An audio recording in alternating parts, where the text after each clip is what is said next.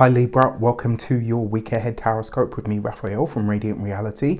It's an absolute pleasure to have you. Thank you so much for being here. Thank you so much for joining me. Quick note, my readings are for your sun, moon and ascendant signs. So whether you're a sun, moon or rising sign Libra, this is for you. And I always advise that you watch all three to get a clearer, more complete picture of how they're going to speak to you. With that said, remember they are general readings. Not everything's going to resonate with everybody, and that is just fine. You should always use your own discernment. Before we start, as always, I would like to bless my decks of cards with all forms of love, light, peace, prosperity and abundance, and I pray that the messages that come through are ultimately clear and concise and they help you on your path to your highest vibrational good. Just want to say a massive thank you so much to all of you that sent me well wishes, that put out healing energies and prayers and stuff for me. I really do appreciate it and I wish you all of the best. With that said, your key to the week is the Temperance card. This is all about alignment. This is a week where your inner world and faculties are really starting to shift. This is really powerful stuff. When the Temperance card shows up, we're going through a process of spiritual distillation, and so this tells me that this week a lot of you are going to feel a huge internal shift, and when we make those huge internal shifts, the material world has to respond accordingly.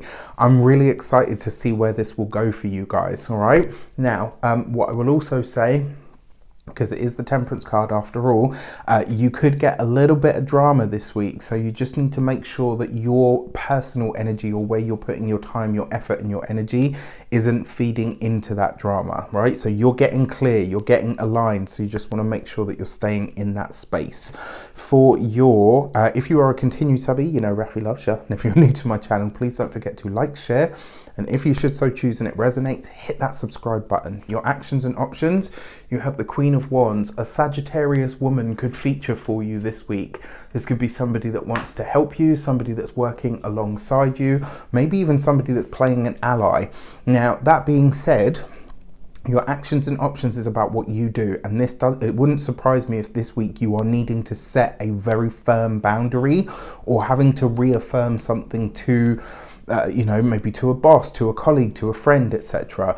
The other thing with that Queen of Wands, this is about you tapping into your own divine spark of innate sensuality and sexuality. This is about you really owning yourself in a new way, and the fact that you've got all of this new alignment energy going on, this could be a week where you really do feel more in command of yourself, maybe than you have for a long time. So this could be really cool, like this could be really awesome. For your communications and conversations, you have the Eight of Pentacles. This is a shift that's taking place with your work as well. So when it comes to the professional sphere, for all of you Librans, this is a week, and work is very important to Libras. Like when people talk about work, they always say like, oh yeah, Taurus, or oh yeah, Capricorn. But actually, when you get down to it and you drill into it, work is very important to Librans. They take everything that they do very seriously.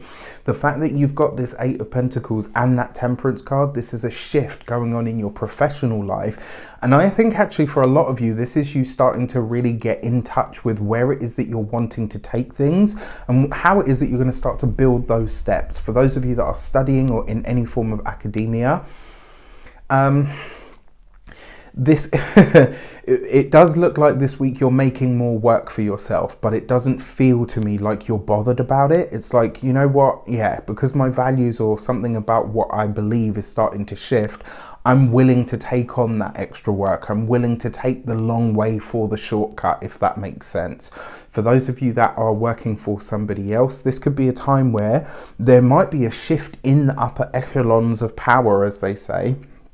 So it wouldn't surprise me if some of you are maybe getting a new boss, maybe you're having to play mediator, and maybe there is some sort of office politics playing out. I always say don't get involved with it. That's just because that's my personal tendency. You might not have that luxury this week. So whatever it is that's going on in the workplace, you might have to be a part of it, but you know, find a way to manage that or limit it. For those of you that are business owners, entrepreneurs, solopreneurs, people that work for themselves. Again, this is you starting to build out the next phase of what your business looks like, the next phase of what your products and services might look like. This is you really shifting where things are going for you.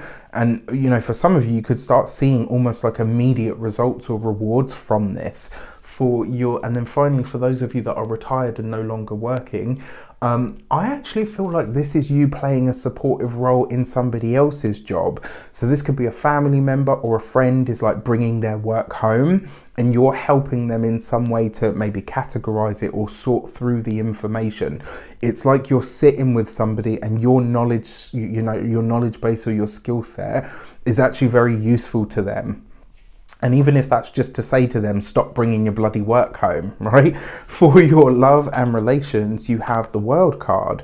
So what I would say to, because you've got this underneath the Queen of Wands, the first thing that I will say to you is, for some of you, I don't know why, but if you're married, partnered, or in a long-term relationship, it looks like the relationship is having just... like this would be a really good week to get out of Dodge, all right? Get out of your local area. Whatever's going on in that space, it's not so much that it's detrimental to the relationship, but it's not good for it. You know, sometimes there's that whole feeling of living in a fishbowl. So if you want to go out with a partner, go further afield, go to the next town over. This would be a really good time to not, because the World card can be about communities. And I kind of get the feeling that the local community is encroaching on the relationship in some way. So it'd be interesting to see how that plays out for some of you. For those of you that are single, getting out of the environment that you are used to is likely to be where you are finding a partner or connecting with somebody that could potentially be something quite special to you. For your money and materials, you have the Moon card. Watch out for your finances this week, okay? You got to be... you got to be hot on it, because look, like I said, for some of you this could be instant sort of, you know, money's coming in, but that Moon card is very nebulous, and sometimes it can see money almost like slip through our fingers and we're like, well, hey, what did I do with that? You know, and it turns out you spent it on something, you know, and hadn't remembered, or etc. This could, for some of you, be an influx or a return to work that you've done previously. For some of you, this could literally be working with an energy worker in order to improve your finances. That could be very interesting. And actually, I mean, there's so much work that can be done in that space for money and resources. It's unbelievable. When it comes to your physical health and vitality, the Moon card is your hormones, but especially like your lymph system. I'm not a doctor, I can't give you medical advice, but what I can tell you is that this card does pertain to those aspects of your body. With the Temperance card here as well, some of you may be checking in with a healthcare professional. Not all of, you know, you'll know if I'm talking to you.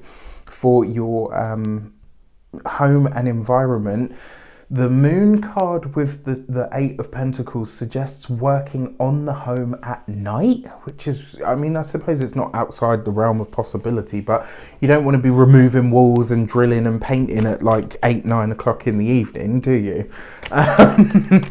That Moon card there as well with this World card, I don't know, there's something like...